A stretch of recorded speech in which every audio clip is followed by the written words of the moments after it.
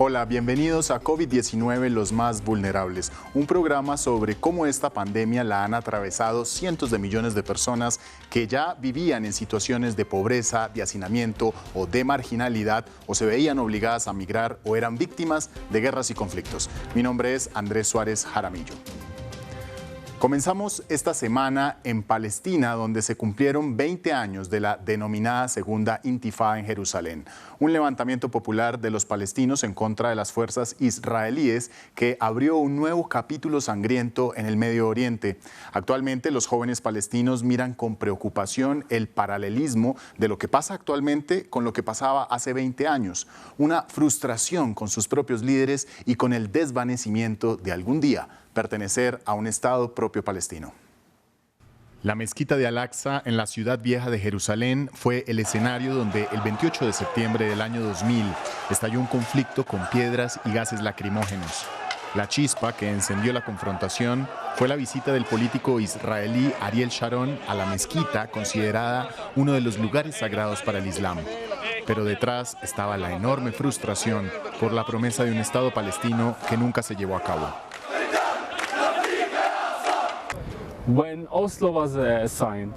Cuando se firmó el acuerdo de Oslo, se le dijo al pueblo palestino de una manera muy simple que si creían en las negociaciones obtendrían un Estado propio.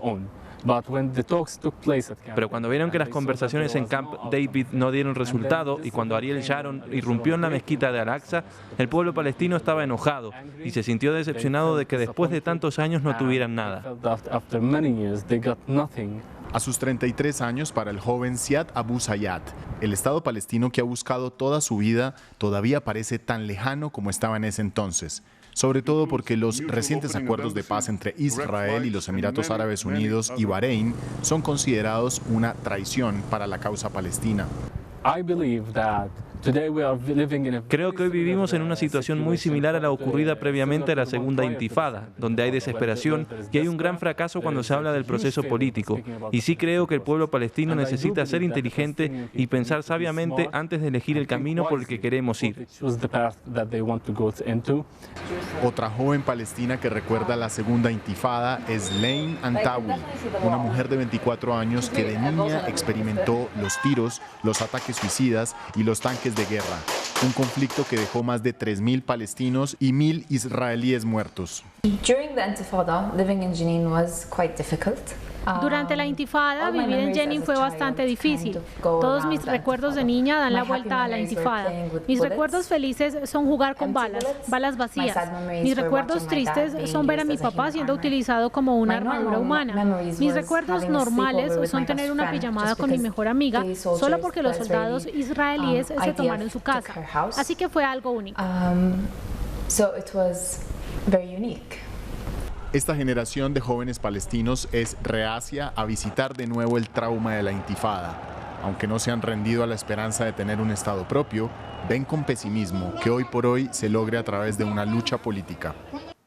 Vamos a Afganistán, donde ser mujer conlleva una larga lista de restricciones, más aún en la provincia de Kandahar, al sur del país, donde yace el bastión conservador junto al grupo militante islamista Talibán.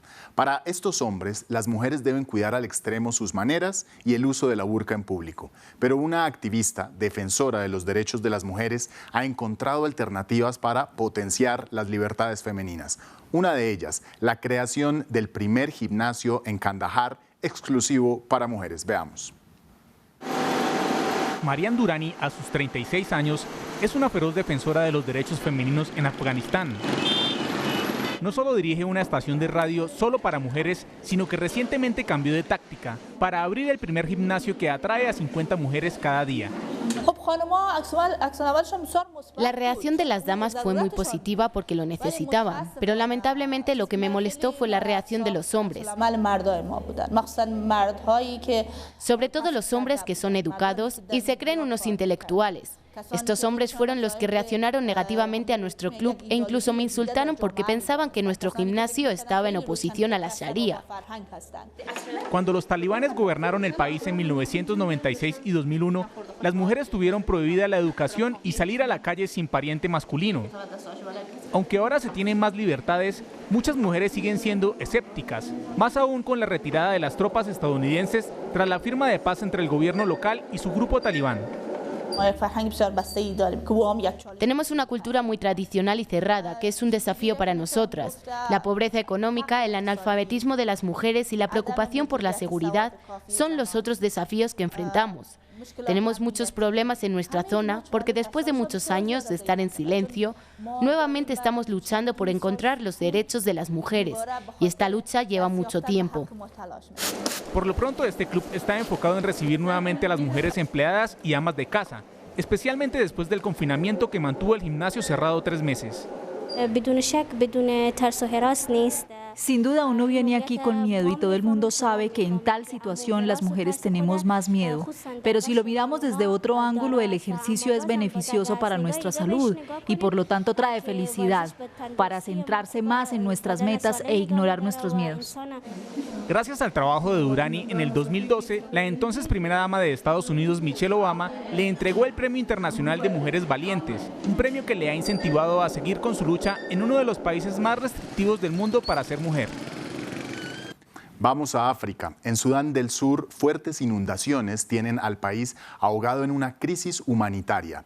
Desde que en julio se incrementaron las lluvias, se cuentan cerca de 600.000 personas desplazadas, de acuerdo con la ONU, luego de que la cuenca del río Nilo se desbordara. Organismos internacionales aunan esfuerzos para apoyar a las miles de familias pobres en un país que apenas se está recuperando de una guerra civil de 5 años y bajo el acechante avance del COVID-19 en África. Los detalles en el siguiente informe. El río Nilo desbordado. Cultivos arrasados. Y la gente con el agua hasta las rodillas. Este es el panorama en Sudán del Sur, luego de los meses de torrenciales lluvias que han dejado a más de 600.000 personas desplazadas, de acuerdo con cifras de la Organización de las Naciones Unidas. Aquí tenemos una situación de inundaciones, inseguridad alimentaria y a esto le agregas el COVID-19. Y en algunos de estos condados también se ha experimentado un gran aumento de la violencia. 4 problemas juntos para el cual las comunidades y las familias están ampliando su capacidad con qué hacerles frente. Los científicos de las Naciones Unidas han dicho que la inusual ola invernal de estos meses ha sido causada por un patrón climático cíclico que ha sido exacerbado por el cambio climático. La mayoría de los lugares donde la gente ha sido desplazada se parecen a esta escuela. Se inundaron todas las áreas e incluso la agricultura, los cultivos y los animales se han ido. Los ganaderos sobrevivimos gracias a los animales y a las cosechas, pero debido a este desastre natural ahora no tenemos nada. La crisis de desplazados ha obligado a miles de familias a apretujarse en refugios, donde la posibilidad de contraer el virus de COVID-19 es bastante alta. O en su defecto, personas como Kok Mañok, de 70 años, que se encuentran durmiendo bajo los árboles luego de huir de su aldea con sus nietos. Vinimos de un lugar lejano llamado Ayudit, hacia este pueblo de Duk. El nivel del agua llegaba a la mitad de mi cuerpo. Aquí en Duk está seco. Estamos aquí ahora sin refugios para mí y mis nietos. La ONU asignó un presupuesto de $10 millones para ayudar a las víctimas de las inundaciones, pero advierte que se requieren 40 millones más para cubrir las necesidades de aquí a final de año. En Argentina se vive desde el 2018 una fuerte recesión económica que ha afectado a miles de personas. La problemática se ha agravado en el 2020 con la pandemia del coronavirus, por lo cual el país se encamina a una contracción del 12%, elevando los niveles de pobreza y desempleo. Uno de los indicadores de lo que pasa en Argentina está relacionado con la imposibilidad de pagar el alquiler y con la consecuente migración de personas hacia el campo. A continuación, la historia. A las afueras de Guernica, un pasaje campesino en la provincia de Buenos Aires, decenas de argentinos se tomaron un pastizal baldío de 98 hectáreas para levantar allí carpas y chozas improvisadas.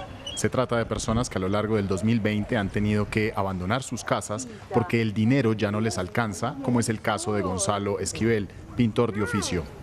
no pude pagar más mi alquiler, trabajo en negro, soy pintor. Y nada, y por la pandemia me quedé sin trabajo y no puedo pagar más alquiler, me quedé en la calle porque mis cositas fui vendiendo para agarpar el alquiler, hasta eso, mirá. Fui vendiendo mis propios muebles, mi tele, mis cosas y me guardé mi heladera y una cosita para en la casa de un amigo mío y yo me estoy acá. Desde el primer día que se hizo la toma estoy acá porque no tengo en dónde ir.